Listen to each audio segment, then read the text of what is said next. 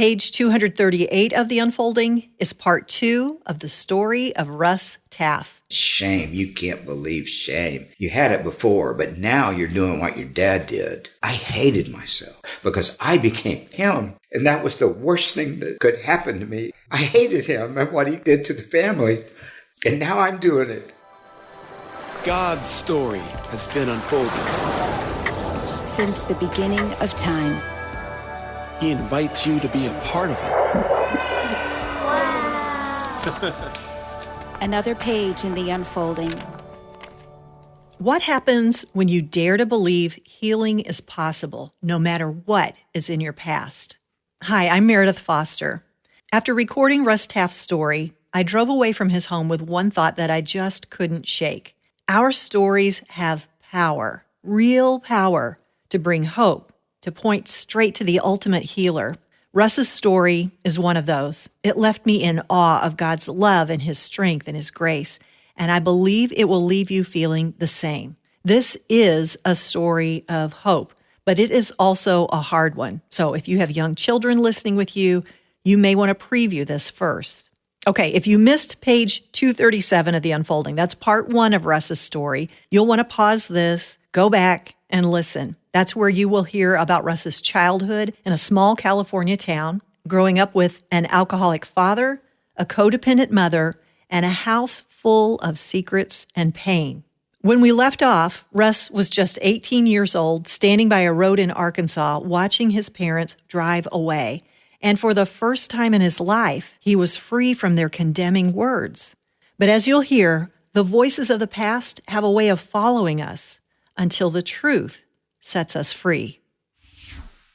My senior high teacher, she saw what was going on. I thought, I'm going to have to stay in this and go back to California with this sickness and addiction and everything else. And she and her husband had taken in foster children. And she came to me and she said, Russ, would you want to live with us? And I was 17, I guess 17, 18, something like that. And I knew there's no way. My mother, because I was the thing that held everything. You were the adult. Dad would fall apart, Mom would fall apart, and somebody had to stand there and take care of things. And I was that guy. And my younger brother, he was just lost, bless his heart. He was just, didn't know what was. So she goes to my mother and asked Mom. She said, would you let Russell stay with us for a while and not go to California? I knew she'd say no. I think Mom saw what was going on with my body and everything else, and she said yes. So they load up the truck, and my dad, who never encouraged me, never told me I was doing good, and daily in that house, by the time I was tiny till I grew up, is you're not worth a bullet shoot you with, not worth the salt that goes on your bread. You will never amount to anything. Daily. And I'm sure that's what their parents did to them, you know. So Mom said yes. So I helped Daddy, load the truck, tie everything down. It was a grapes of wrath kind of looking thing. This truck piled up. And so the last thing Dad said to me, he did not want me to stay because I would go find him when he was drunk and bring him back to the house. And I was always covering for him. And he could do whatever he wanted. And I'd go get him, bring him home, make sure he's in bed, whatever. And he did not. He got mad. He got so mad at me that I wasn't going to go back to California with him and take care of him. And the last thing he said to me when he drove off was, you'll never make it. You'll never make it. And he leaves. It must have taken everything within you to be willing to stay. Yeah, but it was life and death for me. My body and you knew was it. Betraying me. My hands were, it was like everywhere I turned, my body was betraying me.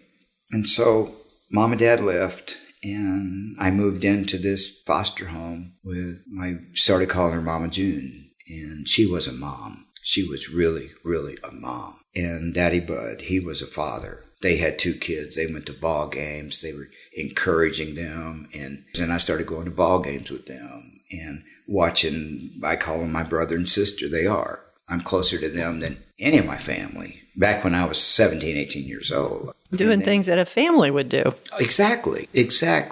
And they started just loving me unconditionally. I didn't know what to do. This is so foreign. I'm in somebody else's home. I was intimidated to go to the refrigerator. But they just loved me. And they would come out and hear me play and just clap and yell and give me standing ovations and tell me I'm doing great. And Mom would just, that was incredible. Your voice sounded so good tonight. I mean, and I just started getting this affirmation. And it was like pouring water in the sand. I mean, here's a mom. She thinks I'm special. She thinks God has given me a great gift. And she celebrates it. And Daddy Bud celebrates it. And then when the band would go play, they'd load up and go, drive 2.5 hours to see the band play in a coffee shop. That was the first time I started seeing parents. And it wasn't about them. It was about us. It was about my brother and my sister. Go on vacations. They didn't have a lot of money, but he had an old school bus that he converted into like a camper, and we would go camp on the lake.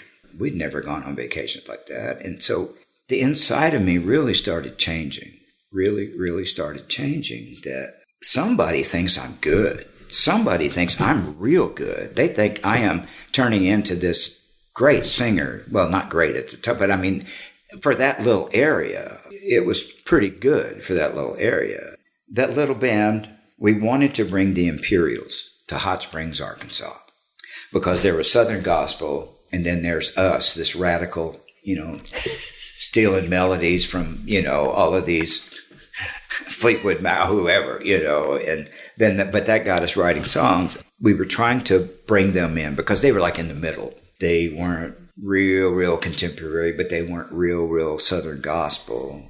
They were doing some songs of Jesus made me higher than I've ever been before. So, and it wasn't like the Statesman Quartet, which I loved as a kid. And we raised money and brought them in. We did 20 minutes before they came on. You were the opener for the Imperials, huh? The opener. Wow.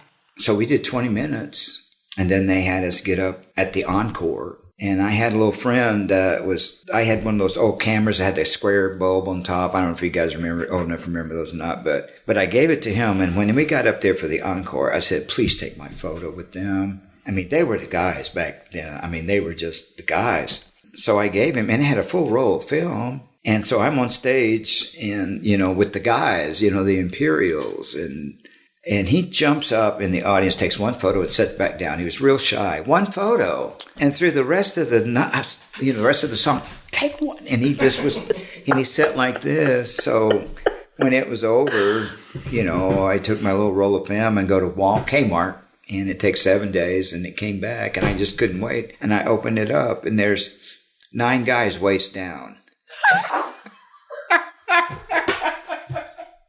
I was heartsick. Your moment of greatness. My moment of being up there with the Imperials. Well, there's my shoes and the Imperial shoes. There's Armin's legs, there's Jim Murray's legs, and there's my legs. So after that, there was an evangelist that would come to Arkansas, like Russellville and places like that, and he asked me to bring my acoustic out and just sing for his little crusade kind of things. And he would like rent a little room at the Holiday Inn and, not go to that many churches. So everybody would come out. He'd try, but, we're only talking about 50 people, 60 people, something like that. And so I would just lead songs and then he would preach. But back then I had to record his sermons on the old reel-to-reel, his sermons. And then I would go back to my room, hotel room, and I would take the reel-to-reel to dump it on a cassette. And then we had a cassette duplicator that could do 2 at a time. And so I would sit up for hours duplicating cassettes so people could buy them the next morning. And then he would preach Saturday morning. Again, I'm go back to the room and making these cassettes. And then he'd preach Saturday night. And again, I'm making them. But he was a teacher that started telling me who I am in Christ, the way Christ views me. And I'd never heard that before, that I am the righteousness of God, and that I am forgiven, and that my sin is under the blood, and that he forgets it, and how to walk in faith, and proper way to fast. I mean, all the things. And I just, for 2 years, I sat, and just taking notes, and I began to learn my faith. and what it was and who Jesus was and the Holy Spirit and the Father and how to be a Christian, a real Christian. I was with him 2 years, 2.5 years maybe. And out of nowhere, I get a call from the Imperials office. They tracked me down to Fort Worth, Texas. But they called me at Jerry Savelle's office and said, can I talk to Russ? And they said, we're going to be replacing one of the guys in the group. Would you come and try out? Would you want to come and try out? Oh, my goodness. Well, I wasn't going to do it because I was happy. I was finding out who Jesus was. And I was getting to know him very, very well. And going out with him and being with him. And he was a man of God. I mean, he right to his feet, he was a man of God. And taught me integrity. Really taught me integrity. That if you say it, you do it. And I was growing. And I loved him. I just loved him. But I called Tori. We were dating at the time. I said, they call me. And what do you think? She goes, well, I think you ought to go try out. And so I go talk to Jerry. And this is the kind of man that he is. He needed me. He was a one-man band, and I was the other guy. He had a few people in his office. He had opened up offices. But I go to him, and I tell him. He could have said no, and I wouldn't have gone. He could have said, Russ, you're not ready. You're not ready yet. And I would have stayed. Just one word from him, I would have stayed. But he said, Russ, that would be like if Oral Roberts called me and asked me to come and teach at his school. He said, you go pray about it, and whatever you decide, I'm going to consider it the wisdom of God. Wow. And he left it to me. And one word from him, I wouldn't have gone. And so I got in my little Pinto, and I drove to Nashville, and I rehearsed with them that evening, and they hired me that night. So Tori and I were engaged to get married. We thought we were going to live in Fort Worth, but they hired me that night. So we got married. Well, no, I went out on a tour for 3 weeks, but we had gotten our blood tests and everything like that. But instead of going to Fort Worth, it's like, you're going to join us. You got to come out this weekend and learn the songs. He's leaving early. And so jump on the bus and be with us a weekend. Your life changed in a matter of hours. Yes. And it was like, jump on the bus. We got to go. You got to watch him for a weekend because that's what you're going to be doing. There's your training weekend. one weekend? Yes. And how old were you? 22. Wow. I was 22. And so while I'm on tour, Tori and her parents come to Nashville to look for an apartment, to find us a place to live. And so the only day that was open to get married was Halloween. That was the only day open. The guy whose place I've taken, we had our invitations printed up and all of that. And he says, well, I'm going to leave earlier. And we were going to go to Jamaica. We'd saved our money. You know, we had like $700 and we were going to go to Jamaica, and it all changed. It was like the only day open is Halloween. So I come home. They drop me off at Nashville Airport. We fly to Hot Springs, well, Little Rock, and they pick me up. They open the courthouse. That's how small town. They open the courthouse and let us get our paperwork. And we were married that afternoon. Wow. And the next morning, we drive to Nashville, and I jump on the bus. Our honeymoon was spent on the bus. We were both little, and so we spent it in my bunk. It was about like this. And so we traveled. 3 feet wide. We traveled together, and she slept in my bunk with me. And but that was our honeymoon, on the bus. What year was this? 76. 76. Okay. 76. I joined the group at 22. And my goodness. But fortunately, Tori loved the bus. She loved the band. She loved being on the road. That girl. Thank goodness. She dragged me all over cities. We would go in there. Otherwise, usually you just sit in the hall and wait. But she would say, hey, let's go here. Hey, let's go there. And we had a ball. And she would just find places to go, restaurants to eat. And she was so much fun to be on the road with, because she's the kind of person that everything's wonderful all the time. It's just wonderful. And she's just always up here. And I was very fortunate to find somebody like that, because I'm like this all the time. Up and down, up and down. Up and down, up and down. But so we moved to Nashville, and I climb on the bus, and we were on the road 290 days a year. We had no friends here. You can't make friends. I mean, you're gone home for a week and then gone again, home for 5 days, gone again. And because we didn't have children, she could travel and sleep in my bunk with me. But the other guys had wives and kids, and so their families couldn't come. And so for 5 years, we just had a ball. But, and I'm not going to get into a whole lot of the Imperials and why I left. But just to say, I was singing a lot of the songs on these records, but All I was making was $425 a week. No royalties, no nothing. I was paid a hired employee that got nothing. I talked to Armin and said, give me some incentive to stay. I'm singing so much. Just give me a little something. And he said no. And so I realized that there's no advancement here. I left the group in 1981. When I left, I didn't know what would happen. The Imperials were huge. But do they know me? They know Imperials, and right. They know there's that, guy that guy up there with a Fu Manchu that sings lead. But I didn't know if they knew my name or not. But I knew I had to leave. I knew I always wanted to do that, just make my own music, to record my own records and do my own tours. And Omardian was supposed to do the first solo record. He had done the last 2 Imperial records, and we became really good friends. And he was another one that just told me I was good. Even with the Imperials, they never really told you, because then you'd want more money. And we'd go to Waco to Word, and they would ask me to stay on the bus, and they would go in and talk to Word.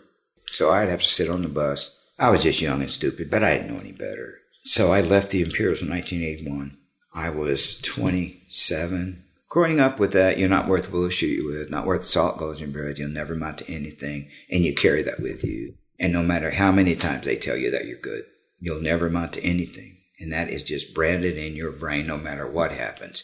I won my first Grammy. Record company celebrating. And we go back to the hotel, Tori and I. Within an hour, it's gone. They gave this to the wrong person. That's what you were thinking? That's what I was thinking to myself. I don't deserve this.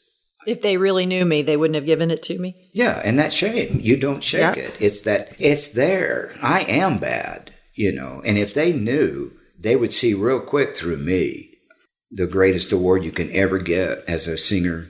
Within an hour, it's gone. It's just gone. So I think I was 25 when we won our first Grammy. I joined them at 22, and I turned 23 before the end of the year. So it must have been 25. So a Grammy. I think other people would hear that and think, well, if I ever won a Grammy, then I would know I was good, and that would take care of all that stuff. But it's true. But even a Grammy. Talking about shame, it goes so deep, and 10,000 people can tell you you're wonderful. But if you don't think you are, you know this. You talk about it every week. We went to New York, and I'd never been to New York. And Tori's brother played with the New York Philharmonic. He was an oboe player, got his doctorate from Yale, and just one of the best musicians I'd ever heard. And his wife, Cree, my sister-in-law, she danced with the American Ballet Theater. And so we go to New York, and they have a tiny little apartment down in the Village on the 5th floor in July with a tiny little air conditioner in it, and it was so hot. But I never drank because of Daddy. I never touched it. I didn't want to be like him. I did not want to be like him. So, back then my pastor had wine with dinner here in Nashville, and it wasn't like this big taboo. I'd play golf with my buddies, and when we would finish up 18, I'd get a Coke and they'd get a Bud Light, and we'd talk for an hour or so and then leave. So there wasn't like this big taboo in Nashville at the time. And so I'm in the end of July on the 5th floor, and it's so hot, and I'm out of Coke.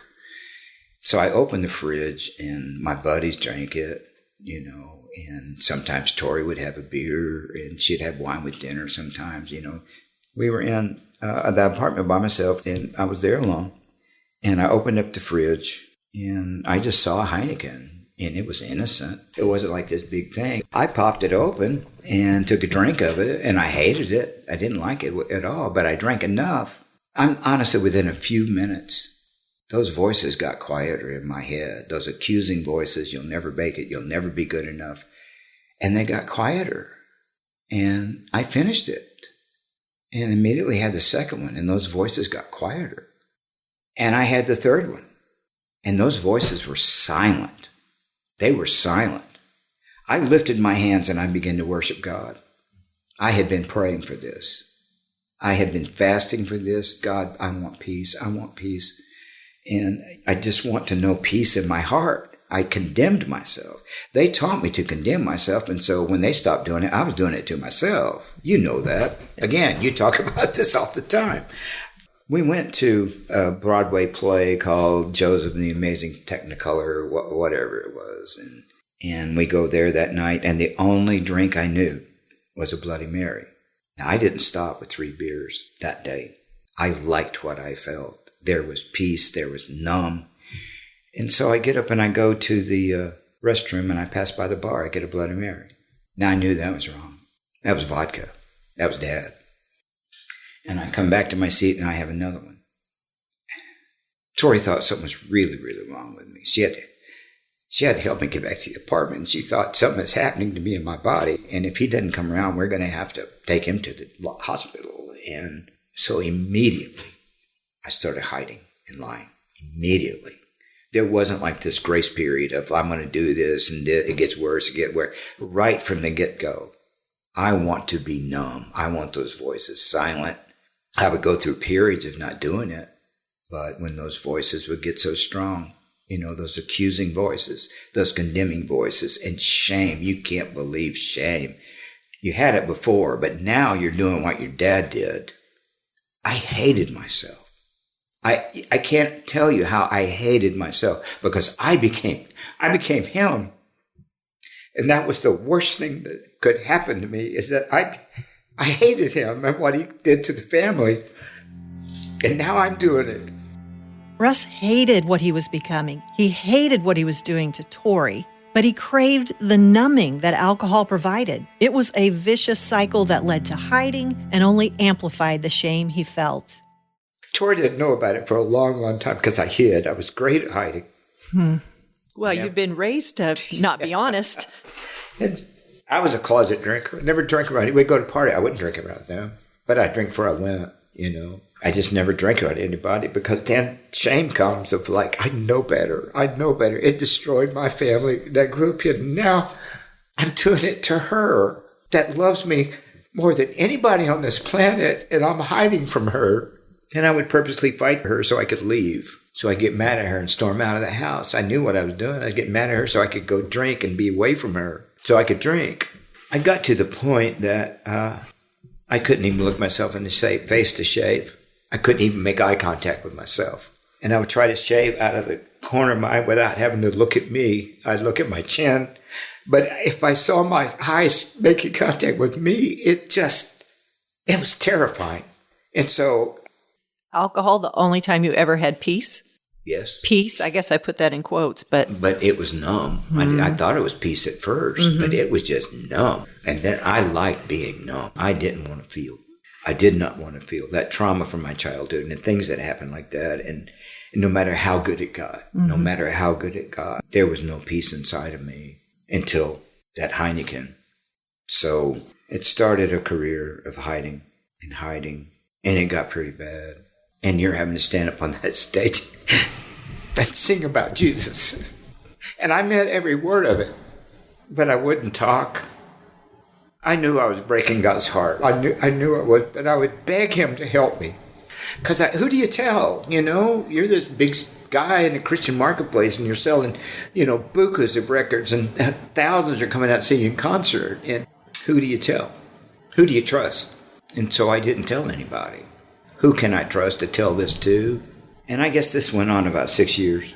And then Tori started seeing my personality change. My band came to me, James, that we've been playing together since we're teenagers. And he came to me and he said, this is not fun anymore. I don't like who you are. I don't like who you've turned into. When you hate yourself, it spills out on everybody, doesn't it? And you don't want to be around anybody.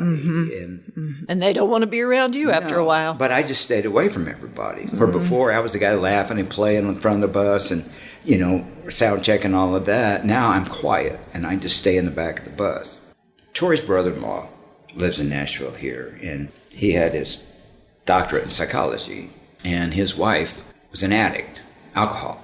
They had divorced, but Tori said she knew something was going on, and then she realized I'm drinking, and that terrified her. So she said, well, why don't you go talk to Matt? He understands some of this stuff. And so I went and bought a 6-pack of beer, and I go over to Matt's house, and I'm sitting on his front porch, and we start talking, and I drink a beer while we're talking. I did not want to talk, and I had to be numb just enough to start to tell him what's going on because I didn't want him to know. And he saw the signs quickly. And he would say, have you thought about? Well, have you thought about? I hadn't thought about anything. And then eventually he said, Russ, I think you have a problem with alcohol. No.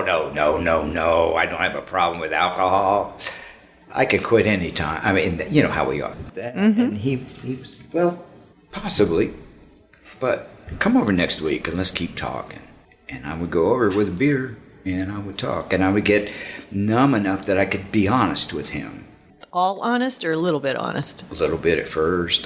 You'd open the door just a little bit. Can I trust him? Can I trust him? A little bit more, and then I could trust this guy. I could trust this guy.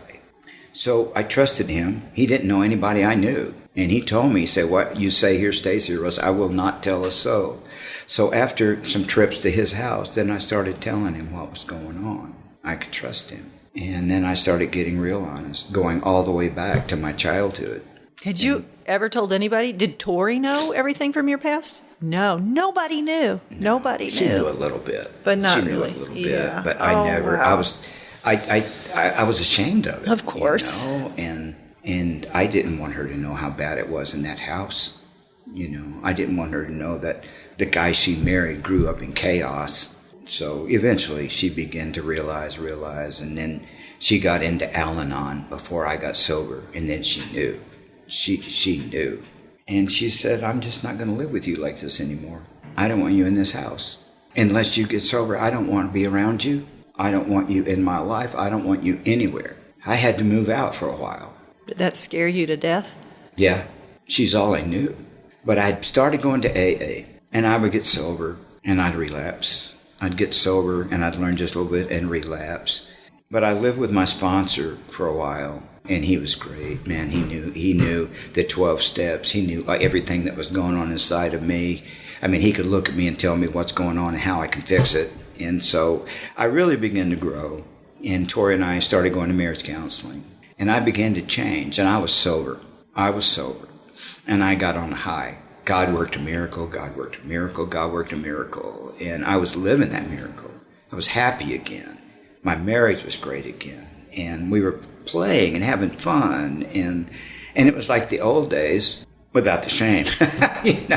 The old days that Tori and I had fun. She didn't know what was going on in my heart in that broken place that was in there. I had 10 years sobriety, and I'm writing, and I'm singing, I'm growing, and I keep getting better. And my dad dies. Nothing's resolved between he and I. I went out 3 times just to talk to him, to clear the air, give me something. So the last time we talked on the phone, I said, Dad, if I've done anything to hurt you, I want you to forgive me, hoping that he would just give me that much.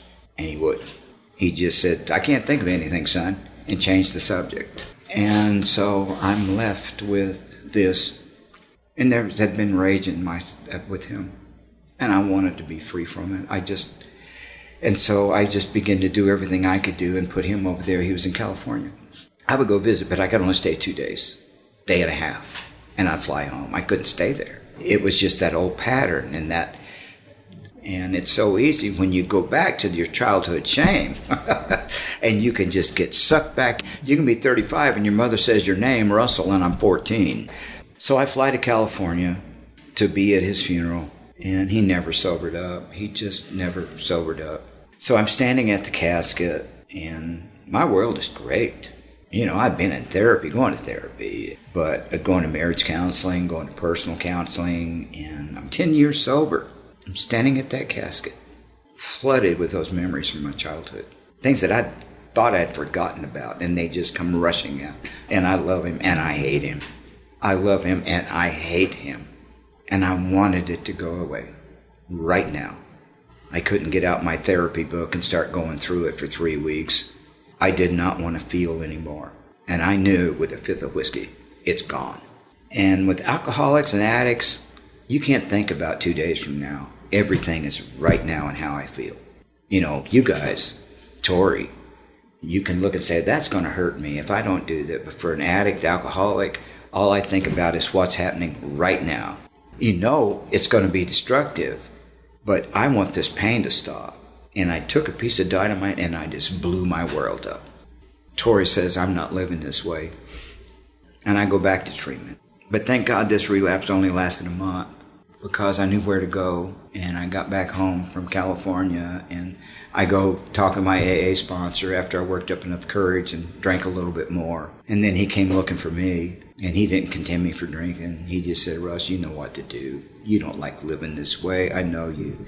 I don't like living this way. There were still broken things in learning to live without a substance because I went back so easy.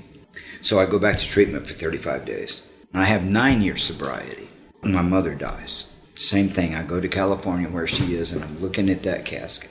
And again, just an explosion went off in me, and that shame and that trauma and that anger, and it just exploded inside of me. And I want it to go away right now. I want it to go away right now. And I relapse. I come home. I didn't drink that long, a couple weeks, 3 weeks maybe.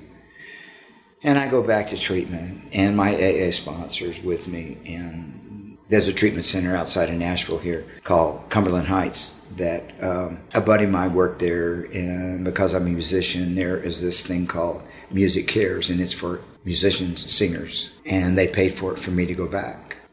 Insurance only gave me one, so I go back, and it's expensive, but Music Care in Nashville here, and one of the guys was on the board. He knew me very, very well, and he worked it out where they'd pay for another treatment center for me, and so I sober up. My therapist told me, Deb Liner, and she was well versed in addiction. She said, Russ, you're never going to stay sober until you deal with your childhood trauma. She said, every time a family member dies, you're going to relapse. And you got a lot of family members left. She said, there's this place in Santa Fe, New Mexico. It's called Life Healing Center. If you want to stay sober, yeah, you can go back to another treatment center. You can run a treatment center now. You've been so many times. You could run one. She said, but until you deal with that trauma, you're never going to stay sober. It'll start again. Something will set it off again, and you'll want to escape again. Did you think she was right? No. Oh, really? I was out of options. I knew that I'm going to die if I continue this. I'm going to lose Tori. I'll lose my career. I'll lose everything I fought so hard for if I don't get a handle on this. So I looked at her, and Tori laughs now when I say it, but I looked at her very angrily, said, I'm going to trust you. And I walked out of there. I didn't want to go. Lord mercy, man. I didn't want to go. But Tori was saying, please, Russ, please, fight for us. And so I go there to deal with childhood trauma. All of those years that I had just shoved aside and act like it didn't happen. But it kept reaching up. You know this. You talk about it all the time on your show. I get there, and I was so embarrassed. I never told anybody, even in these interviews, I never told anybody. When I first got there, they gave me a Beanie Baby to carry around. And it was like, come on. Did it offend you almost? Or? Well, I'm carrying a beanie. I'm a grown man, you know. I'm won Grammys. I am somebody. And now I'm having to carry this little Beanie Baby around. And they had me pick it. There was a whole bunch of them. So I'm carrying this Beanie Baby around for a week. What they were doing, they were bringing out that inner child, wanting to get me in touch with that inner child. And so I'm carrying a Beanie Baby, and not knowing why. They didn't tell me. But I surrendered, and it's like, I will do whatever it takes to get sober. I will go whatever length it takes for me to get sober and stay sober. I will do it. And so I carried that Beanie Baby. Took it to classes, took it to lunch, took it to bed with me. I carried that thing. And then I started having therapy sessions, just gently starting to introduce the inner child. And that was all bullcrap. I mean, come on. I'd heard that before, and I heard guys in AA talk about that, but I'm a grown man. What's this inner child? I mean, it's just like, but I did what they asked me, and then I started going to group therapy, and when I got there, they had me draw a picture of my higher power. See, and then AA, especially in the South, their higher power is Jesus. But there's Jews that go to AA, there's Muslims that go to AA, and so you pick your higher power, because you've got to have a higher power to stay sober. There's no question about it, there's no discussing it. You have to have a higher power you can lean on to get sober, stay sober. So I drew up this stick figure of Jesus. I can't draw very well. It's a stick figure of Jesus with kind of long hair. And I put it in my little room there, and started going to these sessions, group sessions, single sessions, and they just kept leading me down this road, keeping me down. I didn't know it at the time, but I started understanding why did I make that choice? Not only about alcoholism, but why did I make that choice? Well, it was what happened right there, or those three things from my childhood. It was like connecting dots, and I began to see that in a very small way, not knowing that by the time I left there. And after 2 weeks, the main therapist, it was like 6 therapists for 25 people. It was intense. So after 2 weeks, the main therapist said, Russ, bring Jesus with you today. You're going to need him. I go in with my little poster stick figure of Jesus. He pulls up a chair and says, Jesus right beside me. And he starts taking me back to my first memories. I got Jesus right beside me, and I've been talking to him my whole life, started when I was a kid. I even drunk in a hotel room, I was always talking to him. My first memory, I was 2.5, 3, and my mother slashed me to the floor and changed me. They were violent in that home, and there was no discussion talking about it. She just slapped me to the floor and began to shame me. And when one memory comes, other memories start coming. And the only way I can describe it is like against that wall right there, there's just like 1,000 gum wrappers that's been and then thrown over there. And this thing that they had built in me for 2 weeks, they would take one memory, one gum wrapper, and they would run it through this filter. And I would lay it over there. They would grab another one and run it through this filter. One memory at a time. One memory at a time. And lay it over there. Another one. Hurtful, painful memories. And you forget. But then all of a sudden you get in that day and they just start rolling and rolling and rolling. And I cried the whole time, but I would run it through this thing and I would lay it over there. I cried for 3 weeks doing it all day long. And it wasn't like a group. It was one at a time. They wouldn't let me group 5 or 6 or 10 together. One memory. And I cried for 3 weeks, taking memory after memory after memory. But after 5 weeks, I guess, 5 weeks, I guess, there, I could think about them and I wasn't angry anymore. I could think about them and I saw them as victims. They were raised just like me. I never knew that. I was just angry. And so all of those little broken places those memories were run through this filter and laid over there, and they didn't hurt anymore. They didn't hurt. I don't know what happened. I mean, you can call it God, you can call it supernatural, you can call it great therapy, but it just continued, and it continued. And I cried, but at the end of it, I went back to my room, and I wasn't angry anymore. I just was not angry anymore. I wasn't angry at them. I wasn't angry at myself. I wasn't beating myself up. I was a victim. Could you ever remember a time in your life where you had not felt that anger? No. First time in my life, I felt peace. And I was 50. I was 50 years old. First time I felt peace. That wasn't peace out of a bottle. That silenced and quieted everything and numbed everything. But I just sat there crying, oh, Jesus. Oh, Jesus. It's a miracle, And they had a program where, you could stay outpatient in an apartment with a couple other guys that, and then you would go to the classes during the day, but then you'd go home back to your apartment at night. They're kind of just slowly moving you back into your own life and continue to learn about healing and taking those things and applying them to ourselves and learning how to do that. And I stayed 4 more weeks. And I came home, and Tori immediately, when she looked in my eyes, there's something different about him. He's not mad anymore. He's not angry anymore. And she started crying when she soon as saw my face. But a miracle happened there. A miracle happened. So I'm home. Mark Lowry, who's one of my best friends in the world, we've been friends 35 years, I guess. Every year, there's about 4 or 5 of us artists. We meet at his house in Houston, and he throws a party. Food. I mean, he loves to eat and he loves to sing. So we'd all be around the piano at night. Russ, do a solo here. Do that song you did. And when Mark would do this song, he'd always have to do Mary, Did You Know? But of course, we all requested it. That song, my gosh, what a song. Others would come in, and Tony Campolo and Peggy would come, and so Mark named it Tony Campolo Retreat because Tony was there. And Mark's, one of his best friends, her name was Dina, and there was her pastor was in the hospital with cancer. And he loved that the video. Gaither took 16 songs that I'd done with him on Homecoming and put them on a DVD of just me. And this pastor, older pastor, he's probably in his mid-70s, something like that, and he had cancer. And he would watch that video, and he'd cry, and he'd dance. Some of the up stuff with Gaither that I did, and Ain't No Grave Gonna Hold His Body Down, and things like that, and he just loved it. Mark's best friend that went to his church told the brother, his son, he had two sons, and they had started co-pastoring with their dad, that I was coming in to be with Mark. And so one of the sons said, ask Russ if he would come and just say hi to Dad. It would mean the world to him if Russ would just come and say hi to him.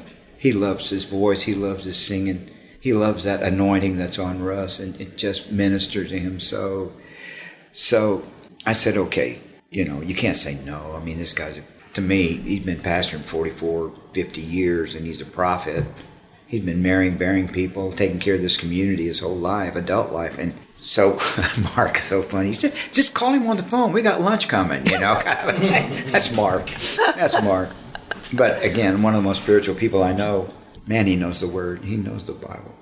So I said, Mark, I got to go, And I didn't know this man. I all he told me was that he's a pastor at that church for 45 years, and he's dying of cancer if God doesn't heal him. And so I kept my acoustic. And they didn't ask me to sing. They just wanted me to come by and say hello. But I grabbed my acoustic. It was there. I go. How long was this after you come out of the New Mexico thing? 6 months. It was short. 5 months. It hadn't been a long, long time. And I opened the door. Outside the door was Brett, his son.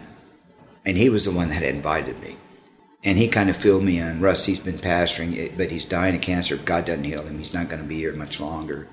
And I said, okay, I brought my guitar. If he wants to hear a song or two, I'll sing for him. He opens the door, and I walk in, and I freeze. I just freeze. He looks like my dad. White hair, blue eyes, big hands, tall. Dad was 6'2". And just that first initial reaction, I wanted to turn and run. it shocked me. Gather yourself, suck it up, and I walk on in, and he looks at me, and he raises his hands and goes, oh, Russ, and tears start rolling down his face. And I go over to him, and he greets his brother with a holy kiss, and he kissed me on the cheek. And my dad always did that. Greet your brother with a holy kiss. And all the guys at that little tiny church all kissed each other when they greeted each other. He kissed me on the cheek. Nobody had done that to me. I don't know how many years. And he does. My dad did. He looks like my dad.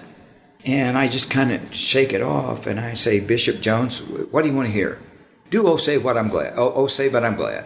And I take my acoustic and I sing Oh Say But I'm Glad. And they have the video cameras out, to remember it by. And I do about 5 songs, and his wife starts saying he's getting tired, just kind of motion to me, it's time to wrap it up. And so I take my acoustic and I put it back in the case, and just talking to him the whole time. And man, I'd love to hear what that your take on, Romans 11. I'd love to hear what you said about that, your whole ministry, and just joking with him like that. And he said, Russ, would you pray for me? And I'd only been out of Santa Fe maybe 5 months, maybe. How do you pray for a prophet? How do you pray for him? I didn't know what to say. And I didn't have my chops back as praying for people. So I mumbled something, and not loud. I didn't know what to say. I just asked God to be with him. And it's like I'm done and I'm getting ready to go. But just out of the blue. And when I said it, I wanted to take it back because he was tired. And I said, Bishop Jones, would you pray for me? And he goes, oh, Russ, I'd love to. And he stands up. He had been in that recliner chair in his room the whole time I was there, talking to him and singing to him. And he stands up, and I'm looking up in his eyes just like I did Dad. You know, at my height, I was 5'10", Dad was 6'2". And I was just looking up into his face, and he goes, "Oh, Russ, I'd love to pray for you." And he laid his hands on my shoulders, and he begins to pray.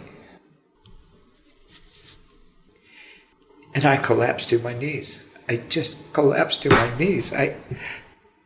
And the dad that he is, he took my head, and he pulled to his belly, and he begins to stroke my hair, and then he begins to affirm me like a dad would a son. He said, "Oh, Russ, Jesus is so proud of what you've done with your life." And he knew nothing about my life except I sang, you know, and he's got a video. But God is so pleased that you gave your life to him, that you gave your music to him. And the more I cried, the more he affirmed me.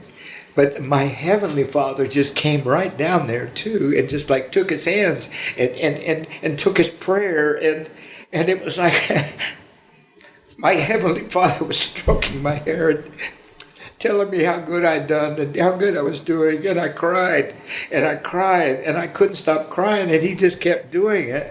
And the harder that I cried, and it was one of those cries that it's just running out your nose and everything else, and my shirt is wet just from tears, and he never sat down. He stayed there until I was done, affirming me like a dad.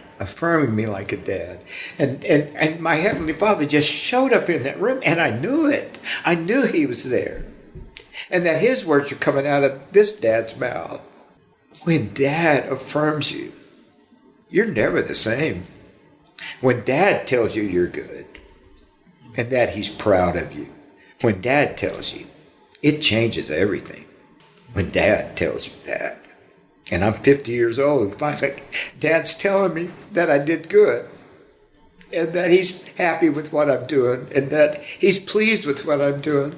And don't stop, Russ. Keep going. There's so many that need to hear you, need to hear. He didn't know I just left into that. He didn't know I'd been, in treatment centers and everything else. He just recognized that presence of God that was in me in the room. And I tell you, after a while, I just lost him there. And I felt my Heavenly Father stroking my hair. And I was so desperate for my Heavenly Father to stroke my hair. And it was over. And he sits down and he goes, "Oh, Russ, thank you for coming." It just meant the world to me that you would, out of your busy day and down here, that you would come and see me. And I just kept trying to tell him. He knew God had come in that room. He's a Pentecostal preacher, he knew. But I say goodbye, and I go back to the house with Tori's there, and Mark, and all of the people. And I walk in the door of Mark's house, and it's a big living room area. And Tori looks at me across the room, maybe 30 feet, and she looks at me and she said, "What happened to you?" And I go over and I begin to tell them what just happened. And the miracle that just happened. And then they all start crying. But it was like God healed my soul, my body, my mind. But that day he healed my spirit that had been cracked since I was a child. It was just like he healed it. And I was complete. I'd never felt complete in my life. But after that day, I just felt whole. Ain't no drinking make you feel that, when you feel accepted by God and loved by God, and he's not holding anything against you. He's not holding anything against you. And you are forgiven, you are clean, you are free. And when those things raise their head again, I know what to do. And I've learned to have tools. I've learned how to address them. I've learned how to talk to them. Because, the past still drives them and bites you. And you're never completely well till you get over there. But, man, my life is good. I've been sober 18 years, I guess. I've been sober and never wanted to drink again. The only time I ever think about it is when my heart hurts real bad. When my heart hurts and there's just that, and I don't want to hurt. But now I know where to take that, and it's dealt with, Because when you fall in love with your dad, and your dad falls in love with you, and Jesus is right in there. He's got his hands on my back. Your world changes. And it's not some sermon anymore, but Jesus shows up. He just shows up. You know this, but it's hard work to get well. Some people take a few steps into it and feel better and stop, but the healing hadn't happened. But I remember my AA sponsor in different times in my life, are you willing to go to any length to get well? And every time I said yes. Are you willing to go to therapy and get well? Yes, I'm willing to go in therapy and get well. Are you willing to go to Life Healing Center and take up 65 days of your life, cancel dates, it cost you money, but go anyway? Will you do that to get well? And I said yes. Every time that question has come at me, I always say yes, no matter how hard it is, no matter how difficult it is. But healing comes when you do the work. It comes when you do the work, and you have to do the work. But the dividends, my Lord, His peace, His joy, His contentment, everything you read about in the Bible has come true in me. That peace that passes all understanding, I had no idea what that was. So just to encourage the people that are listening to you, you can be free, you can be whole, your life can change for the better, and you can stay happy. It just takes a whole lot of work. Yeah, you get sad, but you know what to do now to get rid of that and get back over to the happy part. But my life has never been this good. I've never been this happy. That's my story. I think Russ's story is one of the most powerful we've ever shared on The Unfolding, and that's in part because he has done the deep, hard work of healing. I'm so grateful he was willing to share his journey with such raw honesty. Since releasing part 1 of his story, thousands of you have listened from all over the world. If his story has moved you, would you consider sharing it with somebody who might need to hear it? Maybe it's somebody who's carrying shame, battling addiction, or just struggling to believe that God is good and wants good for them. Post it, text it, share it, and if it's meant something to you personally, I would love to hear about it. You can find us on Facebook or Instagram at The Unfolding Podcast. Hey, also, if you want to dive deeper into Russ's story, check out his new album. It's called Cover Story, and a book and film about his life called I Still Believe. I've linked everything in the show notes, along with his website, russtaff.com. Huge thank you to my good friend Chris Hauser. I think he's kind of the unofficial contemporary Christian music historian. He's an all-around incredible human. He is a great storyteller, and I'm thrilled to say you're going to hear from him on an upcoming episode. Chris introduced me to Russ and came with me to Bell Buckle and also introduced me to the magic of the Bell Buckle Cafe. Pro tip, get the meatloaf. So good. Thank you, Chris, for making this interview possible and unforgettable. Thanks also to the team that made this episode of The Unfolding possible. Michael Shermack, Lindsay Caparoon, our producer and network director, Jason Rackow. The Unfolding is a production of Faith Podcasts. You can hear more great stories at myfaithpodcasts.com. We'll be back next week with another page of The Unfolding.